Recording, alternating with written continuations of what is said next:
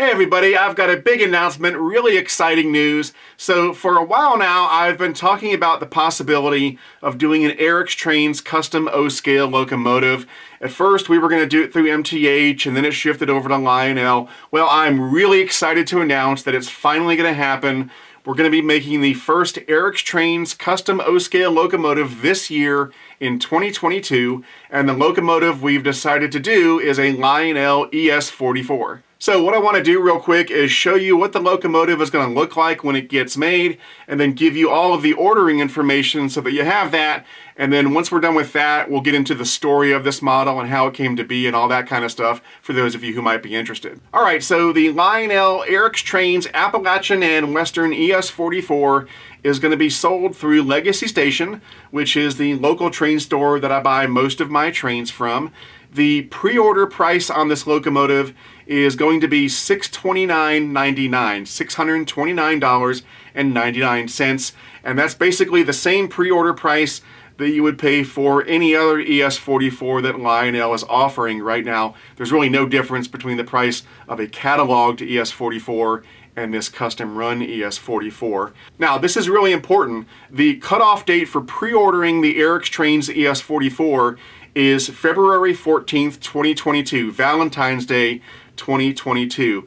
We're going to be making these in very limited numbers. The number that we make is going to be largely based on the number of pre-orders that we get. So if you want to make sure that you get one of these and you want to get it for the pre-order price, make sure you order it before the cutoff date. If you don't do that, you may not be able to get one of these at all, and if you do, you're going to pay more for it. Now, there's a reason February 14th is the cutoff date that I'll explain in a moment, but long story short, that is the pre-order cutoff date. Now, you don't have to pay for the entire locomotive right now. All you have to do is put down a 10% deposit, and then you pay the rest once the model arrives. And right now, the anticipated arrival date is fourth quarter 2022, so sometime between October and December of this year, 2022. All right, so now that we've got the important stuff out of the way, we can talk about how this whole thing came to be and go over some of the model details and stuff like that. So this all started a few years ago when Legacy Station did the Eric's Trains Legacy Station MTH Rail King building. That sold pretty well, and so after that, the folks at Legacy Station said, well, hey, maybe we should do an Eric's Trains locomotive at some point. And of course, when they suggested that, I said, sure, yeah, because to paraphrase Ghostbusters, when someone asks you if you want your name on a locomotive, you say yes. So once we made the decision to move forward, we entered into a long period of trying to figure out exactly what we wanted to do. You know, who would make the locomotive, MTH or Lionel? What type of locomotive did we want to do? Did we want to do O-scale or semi-scale? What price range did we want to be in? And what would the thing look like in terms of a paint scheme? And you know, on the surface it might seem easy. You might say, oh, I could design a locomotive, but it really requires a lot of effort. And so we went through a lot of revisions before we finally landed on what we have now. Originally I thought, okay, we'll do a locomotive with just a big Eric's Trains logo on the side. But then eventually I said, well, you know, I think I'd like to do one for the Appalachian and Western, which is the name of my layout, by the way. And so we finally decided on that. And, you know, initially we were going to go with MTH and we were thinking about doing an F3, but then we eventually came to the conclusion that the F3 really wasn't conducive to the paint job that we wanted to do. And then we switched over to Lionel, and the nice thing about Lionel is that the minimum order for a custom locomotive is 40, so that makes it a little bit easier to order it and not order too many. And then we had to decide which Lionel model we wanted to do, and we eventually landed on the ES44, and we chose the ES44 for a number of reasons. First of all, the ES44 is one of my all-time favorite diesel locomotives. Second of all, the ES44 is significant to this channel because the first big product review that I did was for the Lionel Vision Line GE Evolution Hybrid back around 2010 or 2011.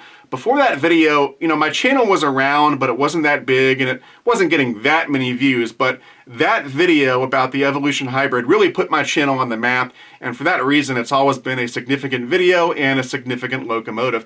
And in fact, at first, we thought about mimicking the look of the GE Evolution Hybrid, you know, that green and blue kind of nature paint scheme that they had. But finally, we decided to do something original because I really didn't want to copy something else.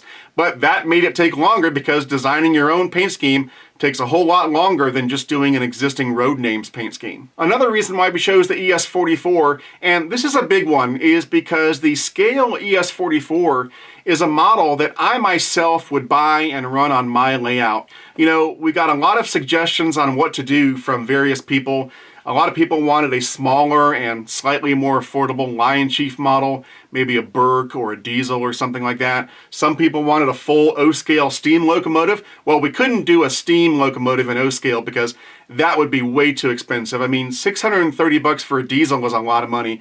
But compared to an O-scale steam locomotive, it's relatively affordable. An O-scale steam locomotive like a 210-4 would be well over $1,000. And then as far as the Lion Chief stuff goes, you know, I love Lion Chief, but most of it is semi-scale stuff, and I typically don't run that stuff on my layout. I run O-scale equipment. And so, you know, if I'm going to make something with my name on it, first and foremost, I want it to be something that I would want to run on my layout. And that's what we have here. This model looks amazing. And if I saw it in a catalog, even if it didn't have my name on it, I would order it because it looks fantastic. Now, keep in mind that just because we're doing an ES44 now doesn't mean we won't do something else later on down the road. But for right now, you know, for all I know, this may be the only locomotive that I ever get made. And so if it is, I wanted to make sure it was something that I would like, that I would buy, and that I would run on my layout. And the final reason we chose the ES44, or maybe I should say the reason we were able to choose the ES44, has to do with Lionel's current catalog. So when you're doing a small custom run like this, you can't just ask Lionel to make any old locomotive that you want. It sort of has to coincide with something that they're already producing. So in the new 2022 Volume 1 catalog, as many of you know, they've got a new batch of ES44s, and so all we're going to do is piggyback this custom ES44 onto what they're already producing, and that's how that gets done. And that sort of leads into why the pre-order due date is February 14th, because guess what?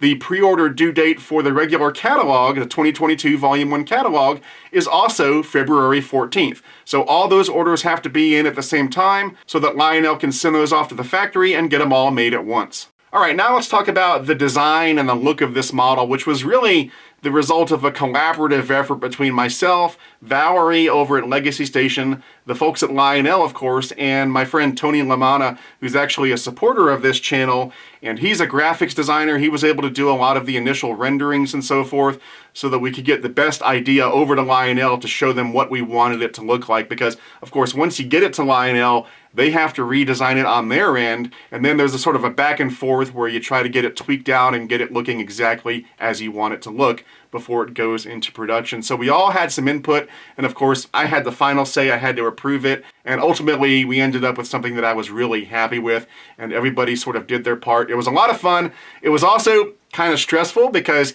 you kind of get in the weeds when you're designing these things. You know, you start worrying about little things like, oh, should the font be 2 millimeters this way or 2 millimeters that way? You know, it's just, it gets really complicated and really stressful at times, but ultimately it was worth it because it looks incredible. Now, as far as the color scheme go, that was my idea. I started off with red. I wanted to have a red that sort of matched the red that's in the Eric's Trains logo. Now, it couldn't be an exact match because the Eric's Trains logo uses hex code colors, and when Lionel produces a model, they use Pantone colors.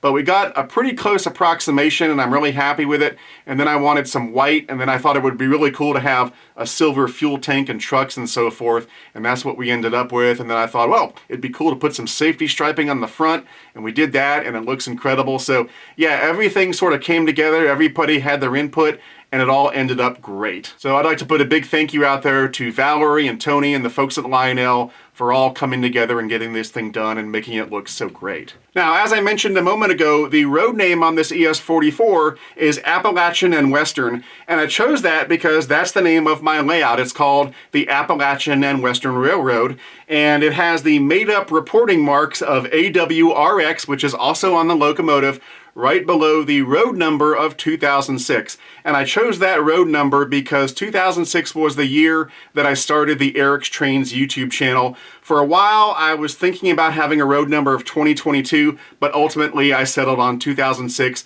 because that had more significance. And who knows, at some point in the future, maybe we'll do another road number. And then of course, I wanted to put Eric's trains somewhere on this locomotive, and so I decided to put it on the side of the radiator housing that's on top of the back of the ES44, as you can see in this picture, and I think it's going to look pretty cool there. All right, next up, let's talk about features on this model, which is pretty straightforward. If you open up the Lionel 2022 Volume 1 catalog and look at the list of features for the ES44s that are in that catalog, those features are exactly the same on this custom run ES44. There is no difference. So if you're familiar with Lionel's modern legacy ES44s, this is exactly the same. It's got the semi-fixed kinematic pilots. I believe the minimum curve is 054 if I'm not mistaken. It's got legacy command, legacy rail sounds, and Bluetooth, and then a fan-driven smoke unit, and basically everything else you'd expect in a modern Lionel legacy ES44.